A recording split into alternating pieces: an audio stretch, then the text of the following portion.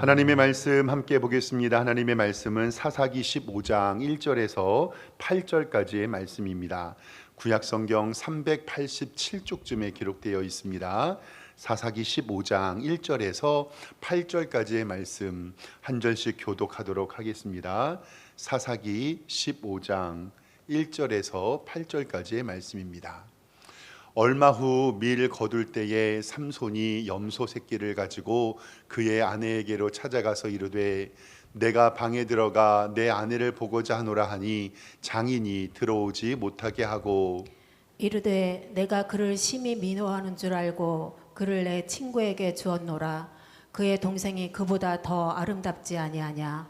청하노니 너는 그를 대신하여 동생을 아내로 맞이하라 하니 삼손이 그들에게 이르되 이번은 내가 블레셋 사람들을 해할지라도 그들에게 대하여 내게 허물이 없을 것이라 하고 삼손이 가서 여우 300마리를 붙들어서 그 꼬리와 꼬리를 메고 회를 가지고 그 두 꼬리 사이에 한 회를 달고 회에 불을 붙이고 그것을 블레셋 사람의 곡식밭으로 몰아들여서 곡식탄과 아직 배지 아니한 곡식과 포도원과 감람나무들을 사른지라. 블레셋 사람들이 이르되 누가 이 일을 행하였느냐 하니 사람들이 대답하되 딥나 사람의 사위 삼손이니 장인이 삼손의 아내를 빼앗아 그의 친구에게 준 까닭이라 하였더라. 블레셋 사람들이 올라가서 그 여인과 그의 아버지를 불사르니라. 삼손이 그들에게 이르되 너희가 이같이 행하였은즉 내가 너희에게 원수를 갚고야 말리라 하고 블레셋 사람들의 정강이와 넓적 다리를 크게 쳐서 죽이고 내려가서 에담 바위 틈에 머물렀더라. 아멘. 주보에 기록된 대로 우리 오른손 높이 들고 믿음의 고백 선포하겠습니다. 나는 천지를 지으신 여호와께 복을 받는 자입니다. 아멘. 우리 옆에 있는 성도님들과 인사할까요? 주님의 이름으로 사랑합니다. 인사하겠습니다. 네, 오늘 예배 잘 오셨습니다. 하나님께서 은혜 주심을 믿습니다. 저는 이제 조금 일찍 올라와서 예배 준비하고 여기에서 기도하잖아요. 그러면 배동철 집사님 어디 가셨어요? 잠깐 화장실 갔어요? 그게 아니고 이제 그래서 일찍 와서 예배를 준비하고 기도하고 있으면 이렇게 찬양팀에서 연습하고 계셔요. 그럼 꼭 그때 한 마디씩 배동철 집사님이 농담 같은 거 하시거든요. 근데 저는 안 들리는 척하고 여기서 뒤에 손잡 기도하거든요. 그러면 이 분위기가 밝아져요. 근데 우리 배 집사님께서 다들 기도해 주시니까 항암 치료 시작하시고 몸이 많이 아프시니까 일부 예배 맞게 섬기지 못하시고 지금도 잠깐 이제 쉬러 가신 것 같아요. 그런데 오늘은 1부 예배도 반주해 주시고 2부 예배도 반주해 주시면서 제 마음에 기쁜 거예요. 더 좋아지시고 있구나. 근데 한 몇 달 동안 계속 배 집사님의 목소리가 안 들렸는데 오늘은 연습하는데 갑자기 장모님 얘기를 하시면서 우리 장인어른 얘기하시면서 야, 우리 장인어르신이 돌아가시기 전에 맨날 쭈그리고 앉아서 빈들의 마른 풀같이 술 한잔 하시면 맞아요. 술 한잔 하시면 빈들의 마른 풀같이 그러니까 집사님들이 그거 술 한잔 하고 부르기 너무 좋은 찬양이라고 아무튼 그러고 여기서 이렇게 담소를 나누시는데 제가 이제 여기 앉아서 기도하고 있잖아요. 그 소리가 들리는데 마음이 너무 좋은 거예요. 야, 우리 배 집사님 농담 또 하셨으면 좋겠다. 농담 또 하셨으면 좋겠다. 사랑하는 성도 여러분, 기도해 주세요. 하나님 의지하고 하나님 믿는 성도는 하나님의 기적이 일어날 줄 믿습니다. 지금 항암 과정 가운데 있고 이제 3차, 4차 항암이 계속 진행될 텐데 인간의 생각으로가 아니라 하나님의 뜻이 이루어지고 하나님께서 깨끗하게 고침받게 해주셔서 예수님 간증하러 다니는 복된 배집사님 될 수 있도록 기도해 주시기를 바랍니다. 아멘. 계속해서 주일 오후 예배 때는 12번째 사사 삼손에 대해서 이야기하고 있습니다. 하나님 앞에서 나실인으로 자라고 소원하며 자랐습니다. 그런데 결혼할 때가 되어서 문제를 일으킵니다. 이방 여인, 그것도 이스라엘과 맨날 싸우고 있던 블레셋 여자를 며느리로 달라고 아버지에게 계속 따져요. 그리고 아버지는 어쩔 수 없이 삼손을 데리고 그 여자의 집에 방문하지요. 평생 나시린으로 술과 독주와 포도주를 멀리해야 되는데 잔치에서 포도주를 가까이 하고, 시체를 멀리해야 되는데 사자를 찢어 죽이고 사람을 죽입니다. 이것은 삼손의 잘못이고 실수입니다. 근데 우리가 기억해야 할 것은 하나님께서는 그 인간의 연약함도 선으로 바꾸사 하나님의 구원의 사역을 위해 사용하신다는 것을 우리가 알아야 됩니다. 결혼식 날이 되어서 일주일 동안 진행합니다. 삼손이 그 동네 청년들에게 수수께끼를 내지요. 일주일 동안 맞추지 못하면 배우 30벌과 외투 30벌을 서로 주기로 합니다. 블레셋 청년들은 삼손의 아내를 불러 정답을 알아오라고 채근하고, 삼손의 아내는 삼손 앞에서 울며 불며 그 정답을 알아옵니다. 화면 봐주시면 이 질문은 이거였어요. 뭐냐면, 먹는 자에게서 먹는 것이 나오고 강한 자에게서 단 것이 나왔는데 저 먹는 자가 뭐고 단 것이 뭐냐. 저거는 삼손이 사자에게서 꿀이 나오고 사자에게서 꿀이 나왔다라고 이야기하는 것을 비유하는 말로 정답은 사자와 꿀입니다. 저것은 삼손의 개인적인 경험이었기 때문에 아무도 맞추지를 못하죠. 그런데 이 삼손의 부인이 삼손에게 일주일 내내 결혼식을 진행하는 동안에 채근하니까 삼손이 아내에게만 알려줍니다. 근데 이 아내가 자기 동네 청년들에게 알려주고 비아냥거리듯이 뭐라고 이야기하냐면, 블레셋 사람들이 무엇이 꿀보다 달고 무엇이 사자보다 강해겠느냐라고 하면서 정답을 맞춰버리죠. 삼손은 그들이 자신의 아내를 이용해서 정답을 알고 있는 것을 알고 화가 나가지고요, 아스글론이라는 다른 지역에 가가지고요 30명을 때려 죽여요. 그리고 수수께끼를 푼 사람들에게 배우 30벌과 외투 30벌을 가져다 줍니다. 그리고 자기의 아내를 버려두고 친구에게 주고 고향으로 돌아옵니다. 성경은 이 같은 사건에 삼손의 행위가 여호와의 영이 갑자기 임하였다라고 기록합니다. 조금 의아해 보입니다. 근데 여기서 우리가 알 것은 삼손의 개인적인 욕심과 허망한 일일지라도 하나님께서는 그 일을 통하여 블레셋에서 이스라엘 백성들을 구원케 하는 하나님의 구원의 역사를 오늘 말씀은 기록하고 있습니다. 이방 여인이 마음에 들어서 결혼해달라고 졸랐습니다. 일주일 동안 진행된 결혼식에 동네 청년들과 수수께끼 논쟁이 붙어서 사람을 죽이게 됩니다. 나시리는 절대 사람을 죽이면 안 되거든요. 결혼식이 엉망이 되었고 파혼이 되었습니다. 그리고 이 사건은 일단락되는 것처럼 보입니다. 삼손이 자기의 집으로 돌아가서 며칠 있으니 아마도 자기 아내가 보고 싶어졌던 것 같아요. 마음을 고쳐먹고 염소 한 마리를 잡아서 장인의 집으로 갑니다. 처가를 방문합니다. 바로 그 이야기가 오늘 이야기의 시작입니다. 오늘 말씀 성경 15장 1절을 좀 보도록 하겠습니다. 얼마 후에 밀 거둘 때에 삼손이 염소 새끼를 가지고 그의 아내에게로 찾아갑니다. 이르되 내가 이 방에 들어와 내 아내를 보고자 하노라 하니 장인이 들어오지 못하게 합니다. 이제 며칠 지나니 삼손이 좀 제정신이 돌아왔던 것 같아요. 그러니까 장인 집에 방문하면서 염소 새끼 한 마리를 잡아다가 장인에게 드리려고 아마 염소탕 같은 거 끓였던 것 같아요. 그리고 나서 아내를 만나러 들어가게 하니 장인이 이 삼손을 들어오지 못하게 하는 거예요. 2절 말씀에 보면 이르되 내가 그를 심히 미워하는 줄 알고 그를 내 친구에게 주었다. 그의 동생이 그보다 더 아름답지 아니하냐 청하노니 너는 그를 대신하여 동생을 아내로 맞이해라. 삼손과 결혼했던 아내인데 삼손이 버리고 갔잖아요. 그러니까 그 잠깐 시간에 삼손의 아내를 다른 친구에게 줘서 결혼을 시킵니다. 근데 자기 사위였던 사람이 돌아오니까 뭐라고 얘기하냐면, 그 언니는 먼저 시집을 갔고 그 여동생이 있는데 그 여동생한테 다시 장가를 가면 안 되겠느냐라고 권합니다. 아무튼 구약 시대는 희한해요.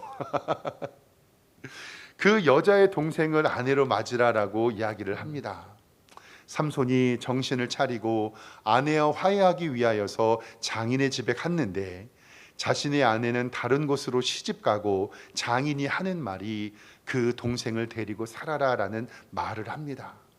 삼손은 화가 났습니다. 그리고 그들에게 오늘 말씀 3절의 이야기를 이야기합니다. 3절 성경 보면요, 삼손이 그들에게 이르되 이번은 내가 블레셋 사람들을 해할지라도 그들에게 대하여 내게 허물이 없을 것이다 라고 얘기를 하는 거예요. 지난번에는 내 허물이 있어서 내가 뭐라고 말은 못했지만 이번에는 내가 블레셋 사람들을 다치게 해도 나는 책임이 없다. 지난번에는 내가 욱해서 너무 화가 났는데 이번에는 당신들이 원인 제공을 했으니 내 책임이 아니다 라고 선포하고 삼손은 그 동네를 망가뜨리려는 계획을 세우게 됩니다. 그 말씀이 계속해서 4절에 기록됩니다. 4절에 이렇게 기록돼요. 삼손이 가서 여우 300마리를 붙들어 옵니다. 어디서 또 300마리를 붙들어 왔는지 몰라요. 그 꼬리와 꼬리를 메고, 이 회라는 것은 횃불할 때 하는 그 회, 나뭇가지를 얘기하거든요. 회를 가지고 두 꼬리 사이에 한 회를 답니다. 그리고 회에 불을 붙이고 그것을 블레셋 사람의 곡식밭으로 모아들여서 곡식단과 아직 배지 않은 곡식과 포도원과 감람나무들을 살랐다라고 기록되어 있습니다. 이때가 어떤 때냐면 15장 1절에 얼마 후에 밀 거둘 때에 삼손이 염소 새끼를 가지고 아내에게로 갔잖아. 이게 뭐냐면 우리나라로 이야기하면 10월 말에 11월 초에 추수 때에, 그러니까 벼 이삭이 잔뜩 있는 것처럼 많은 그렇게 곡식을 쌓아 놓았을 때에 이런 일을 한 거예요. 삼손이 가서 여우와 300마리를 붙들어서 그 꼬리와 꼬리를 메고 회를 가졌다. 제가 그래가지고 이게 어떤 모습인지 좀 궁금해서 우리 어린이들이 보는 어린이 성경을 좀 찾아봤는데 사진 잠깐 보여주시면 이런 사진인 것 같아요. 이거는 상상도예요. 그러니까 삼손이 나시린이가 머리가 길었고 여우 2마리를요 꼬리를 묶어요. 그리고 거기에 회를 붙여서 횃불을 붙이게 합니다. 그리고 다음 사진에 보면 이거는 좀 어린이들이 이해하기 쉽게 삼손이 여우를 꼬리를 묶은 다음에 불을 놔서 그러니까 이 여우가 자기 꼬리가 뜨거우니까 그 밀밭을 어떻게 다녀요? 미친 듯이 뛰어다니는 거예요. 150마리가 미친 듯이 뛰어다니니까 곡식과 싸놓은 것과 감람나무와 모든 나무들이 어떻게 되죠? 불이 타게 돼서 그 동네가 폭삭 다 타게 됩니다. 5절 말씀 다시 보니까 어떻게 되어 있냐면 회에 불을 붙이고 그것을 블레셋 사람들의 곡식밭으로 몰아들여서 곡식단과 아직 배지 않는 곡식과 포도원과 감람나무들을 다 태웠다라고 성경은 기록하고 있습니다. 참 신기하죠. 저렇게 여우를 묶어서 불을 붙여고 풀어놓으니 난리가 납니다. 아마도 저거는 이동식 화염 방사기가 된 거라고 생각합니다. 블레셋 사람들의 곡식단과 포도원, 감람나무를 다 불태웁니다. 그리고 동네가 난리가 나지요. 그리고 6절 말씀에 이렇게 기록하고 있습니다. 보세요.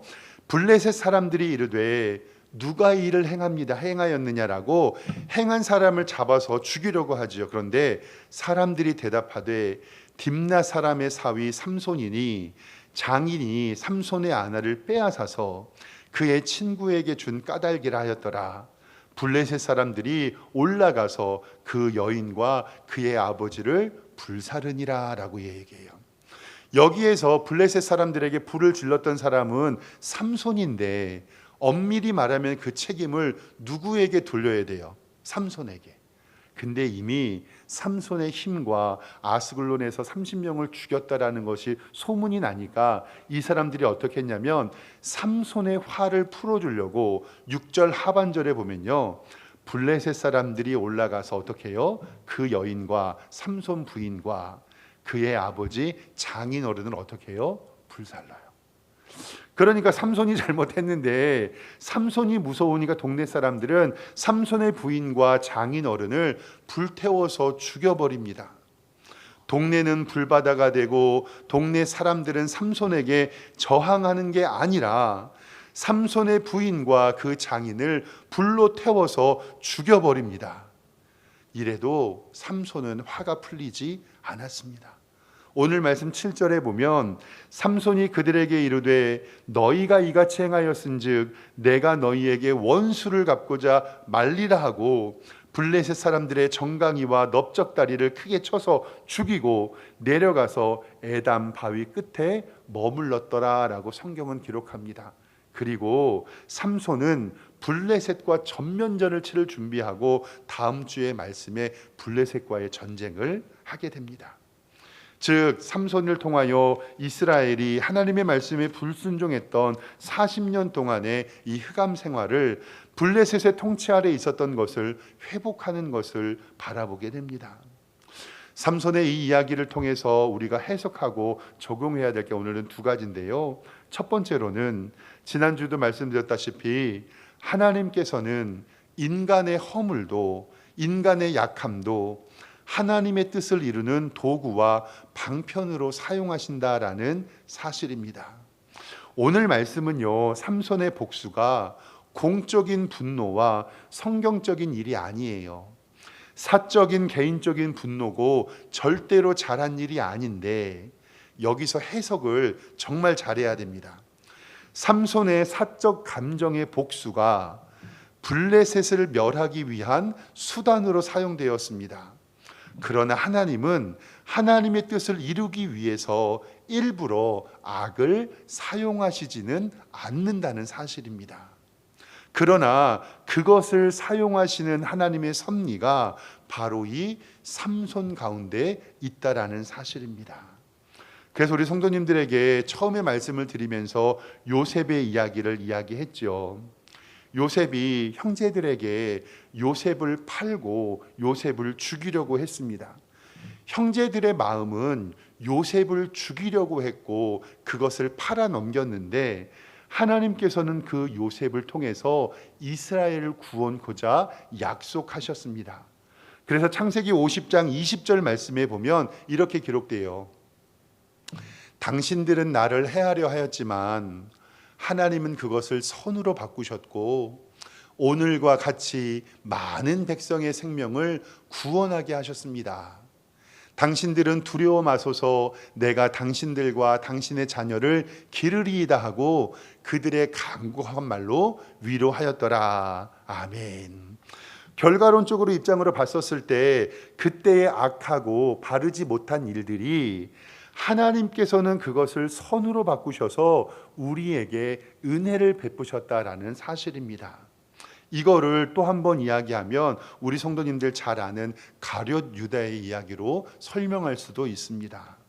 가룟 유다는요, 예수님과 함께 3년 동안 동행하면서 예수님에게 관심이 없었어요. 왜냐하면 가룟 유다는 예수님과 동행했던 제자들의 돈통을 맡고 있었거든요.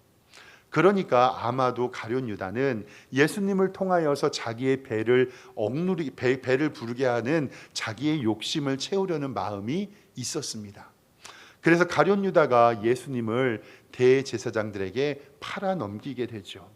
그런데 사랑하는 성도 여러분, 하나님께서는 가룟 유다가 개인적인 욕심을 통해서 하나님을 파는 그 일을 행했지만 하나님께서는 그것을 인류 구원의 십자가로 변화시키시고 우리를 구원하였다는 사실을 꼭 기억하시기를 바랍니다. 이게 잘못 해석되면 어떤 오류가 나오냐면 가룟 유다가 예수님을 팔았으니 가룟 유다가 제일 착한 사람입니다. 이렇게 하면 돼요, 안 돼요? 안 됩니다. 하나님께서 그 악한 일이라도 우리에게 선으로 바꿔주셨다라는 은혜로 활용되어야지 가룟 유다의 일들이나 이 삼손의 일이나 요셉의 형들의 이야기가 당연시 되어서는 안 되는 것입니다. 그러니까 우리가 기도할 것은 뭐냐면 하나님 때로는 우리의 악한 마음과 우리 주변에 있는 사람들이 악을 행하여서 우리를 해하려고 하지만 하나님께서는 그 악을 무엇으로 바꾸사? 선으로 바꾸사 우리에게 은혜 주십시오라고 기도하시기를 주님의 이름으로 축원합니다. 예레미야 10장 23절에는 이렇게 기록합니다. 여호와여 내가 알거니와 사람의 길이 자신에게 있지 아니하니 걸음을 지도함이 걷는 자에게 있지 아니합니다. 잠언 16장 9절 말씀에도 사람이 마음으로 자기의 길을 계획할지라도 그의 걸음을 인도하시는 이는 누구시니라? 여호와시니라. 사랑하는 우리 성도님들이 어떤 길을 가던 하나님의 주권과 하나님의 섭리 아래에 있으며 주께 영광 돌리는 복된 성도님들 되시기를 주님의 이름으로 축원합니다. 마지막 두 번째로는요, 세상에는요 참된 소망이 없다는 거예요. 나실인의 소원을 깨고 이방 여자와 결혼했습니다. 하나님께서 힘 주셨지만 그것을 자신의 이익만을 위해서 사용했습니다. 자신의 분노를 이기지 못하고 30명의 사람을 죽였습니다. 자신의 아내를 찾으러 갔다가 동네를 다 불질러 버립니다. 그리고 동네 사람들로 하여금 아내와 장인을 불태워 죽이게 만든 장본인이 바로 삼손입니다. 우리의 입장에서 봤을 때 삼손의 이 일은 지극히 세상의 소망을 둔 세상의 영광을 바라보고 사는 사람이었습니다. 이것이 바로 삼손의 안타까움입니다. 세상만 바라봅니다. 하나님의 영광과 하나님의 나라를 위한 애씀은 전혀 없고 사람을 보며 세상을 볼 때 만족함이 없다는 것을 삼손은 느끼지 못했습니다. 사랑하는 성도 여러분, 하나님께서 우리에게 은사를 주시고 우리에게 건강을 주시고 우리에게 재정을 주시고 우리에게 복된 삶을 주신 것은 하나님의 교회와 하나님의 영광을 위하여 일하라는 것을 아시기를 주님의 이름으로 축원합니다. 요즘에 우리 권사님들이 나이가 좀 드셔서 옛날에는 지팡이 안 들고 다니셨는데 요즘에는 지팡이를 들고 다니셔가지고 제가 마음이 안타까워요. 수요 예배 드릴 때 지하 예배실하고요, 이 본당 올라가는 엘리베이터 타는 길에 계단이 2개가 있거든요. 근데 거기에 난간을 만들었는데 우리 권사님들하고 전사님들 올라오실 때 손을 잡고요, 응 이러고 올라오셔요. 그럴 때마다 제가 인사하려고 거기 서 있는데 마음이 너무 아프거든요. 그때마다 하나님 앞에 저 이렇게 기도해요. 하나님, 우리 권사님들에게 예배할 수 있고 기도할 수 있고 전도할 수 있고 봉사할 수 있는 뭐 주세요? 건강 주세요. 하나님께서 우리 성도들에게 건강 주시고 재정 주시고 물질 주시고 환경을 열어주시는 것은 하나님의 영광을 위함임을 반드시 기억하시길 바랍니다. 삼손은 그러지 않았어요. 그 힘과 그 능력과 자신의 영광을 하나님의 영광을 위하여 쓴 것이 아니라 자신의 유익만을 위해서 썼어요. 에베소서 4장 11절에는 이렇게 기록하고 있습니다. 하나님께서 교회에 은사를 주신 목적인데 보세요. 어떤 사람은 사도로 부르셨고 어떤 사람은 선지사로 불러주셨고 어떤 사람은 복음 전하는 자로 어떤 사람은 목사와 교사로 삼으셨는데 이 일을 왜 삼아주셨냐면 첫 번째, 누구를 온전하게 해요? 성도를 온전하게 하고, 두 번째 뭐를 하고요? 봉사의 일을 하고, 세 번째 뭐를 해요? 그리스도의 몸을 세우기 위함이라. 우리에게 하나님께서 은사 주신 것은 하나님의 교회를 위하여 애씀이라고 성경은 나와 있습니다. 베드로전서 4장 9절에도 교회의 일을 할 때에 서로 대접하기를 원망 없이 하고 그 다음에 각각 은사를 받은 대로, 은사는 하나님이 내게 주신 달란트를 얘기하거든요. 각각 은사를 받은 대로 하나님의 여러 가지의 은혜를 맡은 선한 청지기 같이 서로 무엇해라? 봉사해라. 하나님께서 우리 성도들에게 하나님의 은사와 하나님의 복과 은혜 더 많이 주시기를 주님의 이름으로 축원합니다. 건강도 주시고 재정도 주시고 하나님께서 물질도 허락하여 주셔서 우리 성도들의 삶을 풍성하게 채워주실 줄 믿습니다. 그때 하나님 앞에 봉사함으로 말미암아 영광 돌리시기를 주님의 이름으로 축원합니다. 오늘 삼손의 말씀을 보면서 우리는 두 가지로 말씀 보았습니다. 연약한 인간의 허물도 하나님 뜻으로 이루는 도구로 사용될 수 있으니 우리는 하나님의 하실 일을 기대하며 하나님의 섭리와 하나님의 주권을 인정해야 됩니다. 또한 하나님이 주신 은사를 하나님의 교회와 하나님의 나라의 영광을 위하여 사용하며 선한 청지기가 되시기를 주님의 이름으로 축원합니다. 기도하겠습니다.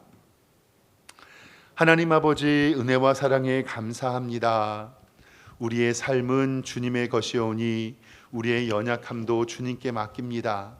하나님께서 선하게 바꾸사 하나님의 주권대로 인도하여 주시고 내게 은사 주시고 재정 주시고 건강 주시고 물질 주신 것은 하나님의 교회와 하나님의 영광을 위하여 사용됨이니 아버지께서 우리에게 복 내려 주시옵소서.